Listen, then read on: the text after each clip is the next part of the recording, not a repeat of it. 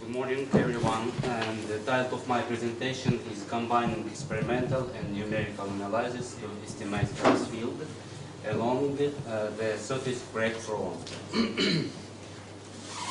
And the outline of my presentation. First of all, I will give a very brief introduction in the problem, and I would like to show you that we need to consider two-parameter fracture mechanics approach, because there are singular and non-singular terms which can describe a stress field ahead of a crack tip.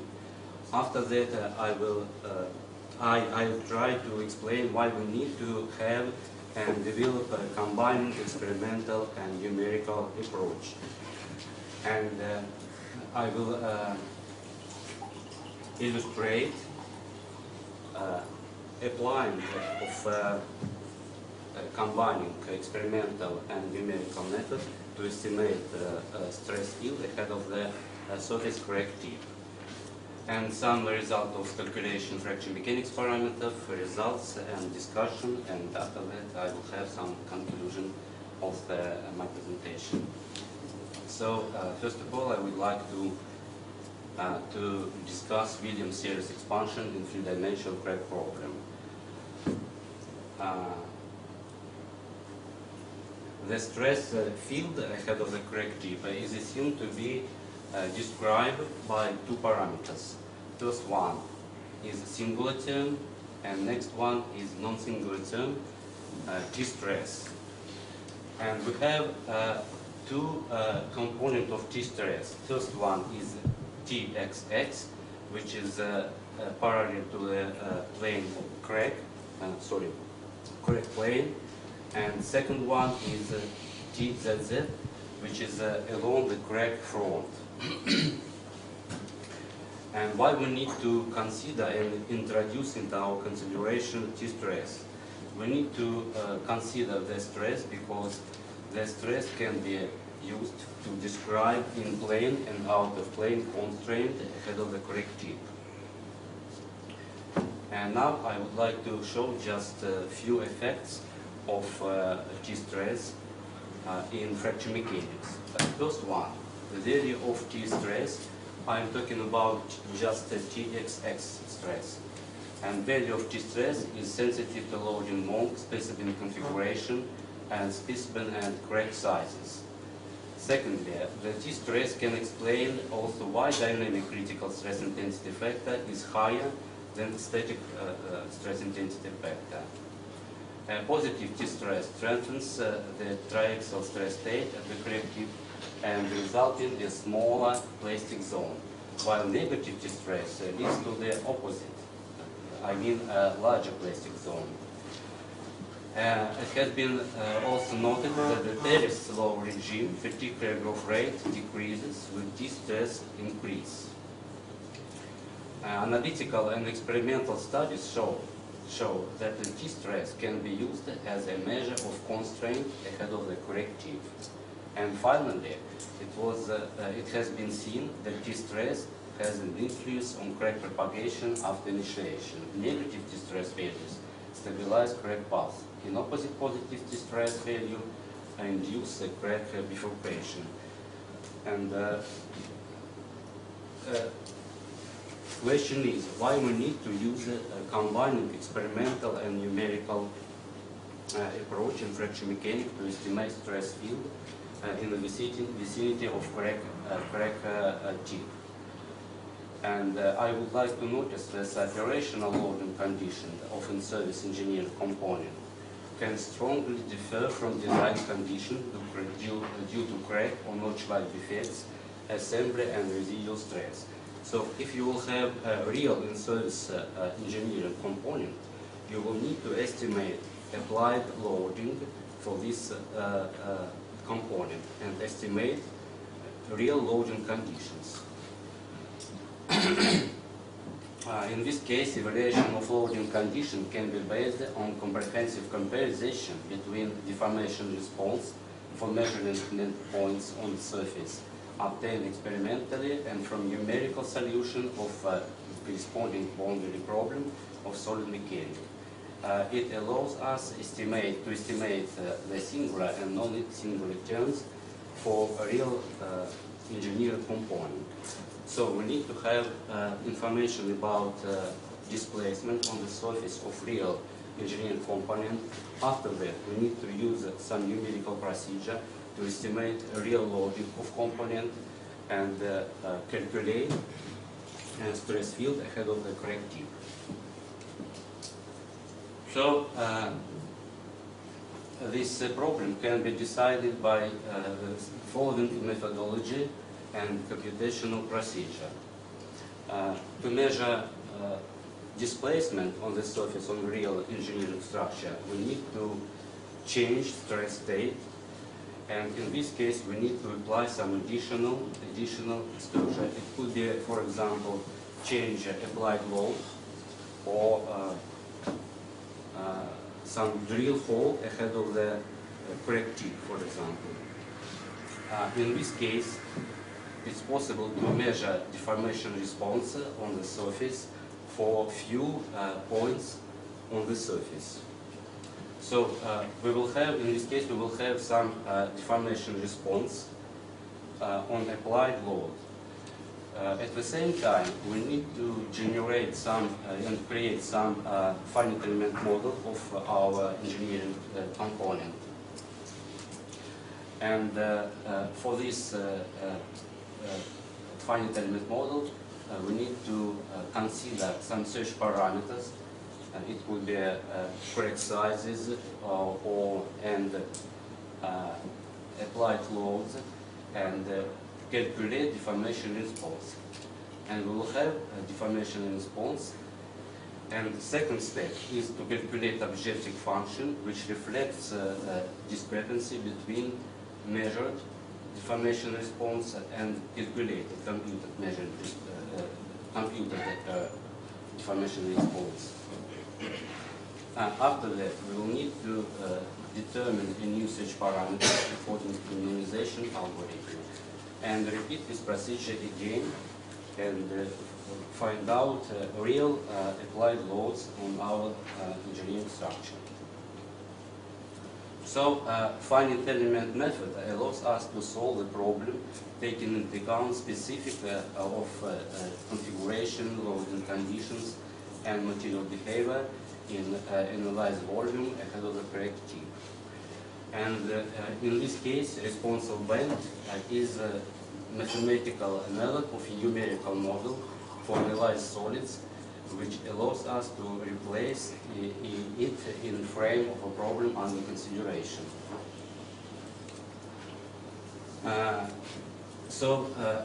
Now I would like to talk about response bank. When we have generated finite element model, we need to consider some coordinates of measuring points in our finite element models, which could be, for example, points on either lines of displacement ahead of the correct tip.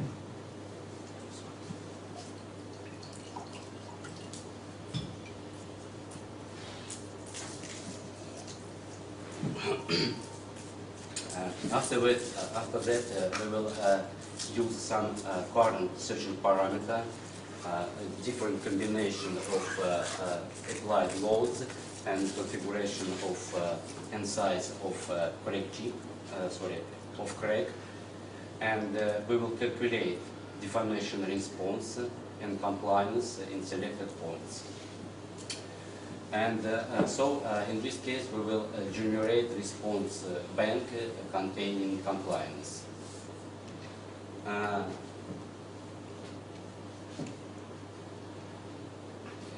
We will have a very simple procedure to create and generate a responsive bank. It's a lot of points for different case of loading conditions, I mean loads and crack configurations. And idea of response bank is to obtain solution for direct problem. This bank allows to obtain solution of problem based on generated deformation parameters, which are calculated in advance. So we create a responsive bank And this bank will be very useful to analyze applied loads for real engineering structure. After that, we will have a response bank from a computed model, and we will have information about deformation response in the case of real structure from point of view measured displacement ahead of the correct tip. And the procedure of searching the minimum of the objective function is based on the simplex method for function minimization, which is widely used in practice. So we will have real information about applied loads on our structure. And now I would like to consider elastic half space with a semi-elliptical crack, loading by sigma y stress and sigma x stress. So we will have biaxial loading with biaxial ratio is 0.5 in our case. So if we will have some drill hole, we will change stress state ahead of the correct tip. And the displacement field on the surface for our specimen configuration can be then measured, for example, speckle interferometry or digital image correlation or some another experimental technique, or computed by numerical experiment. So it's necessary to estimate, in our case, we need to estimate stress intensity factor and the stress term along crack front by means of analysis of the displacement. We have two coordinate systems. First one is global coordinate system, and second one is local system, which is connected with crack front. So we will consider loading conditions, which is given on this slide, and we will use a semi-elliptical crack with depth 6.67 millimeters and diameter ahead of the crack tip. I mean, drill hole diameter is 2 millimeters. So this hole changes stress state ahead of the crack tip, and in our case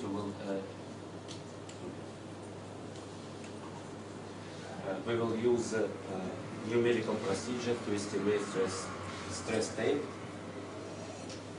ahead of the crack tip. And objective function reached minimum magnitude at the following conditions. So this value is computed parameters, and this one is measured parameters. The objective function is taken as a maximum or root mean square norm, reflecting the divergence between calculated parameters, deformation response in experimental and numerical data. And the procedure searching of minimum objective functions is based on simplex method for function minimization, which is widely used in practice, as I told you. So we have a displacement field, and this displacement field are used as original experimental data to compute the strain response of corresponding points of the body under external loading. This one is a drill hole ahead of the crack tip. The resulting array, measured array, is employed for calculation of our parameter, searching parameter, size of surface crack, and applied stress.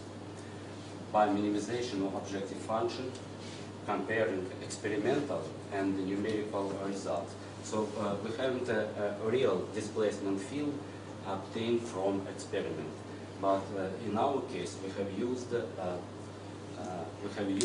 displacement which was obtained from a numerical experiment. So it was just a numerical simulation of the loading of our body, and with surface crack. So we have used the isoline of displacement, and we have considered a few points on this isoline displacement, and these points was used to estimate deformation response by computed parameters. So after that, we will use the very simple procedure to estimate stress distribution ahead of the surface crack. We have calculated stress intensity factor, and we have calculated Txx and Tzz stress ahead of the surface crack.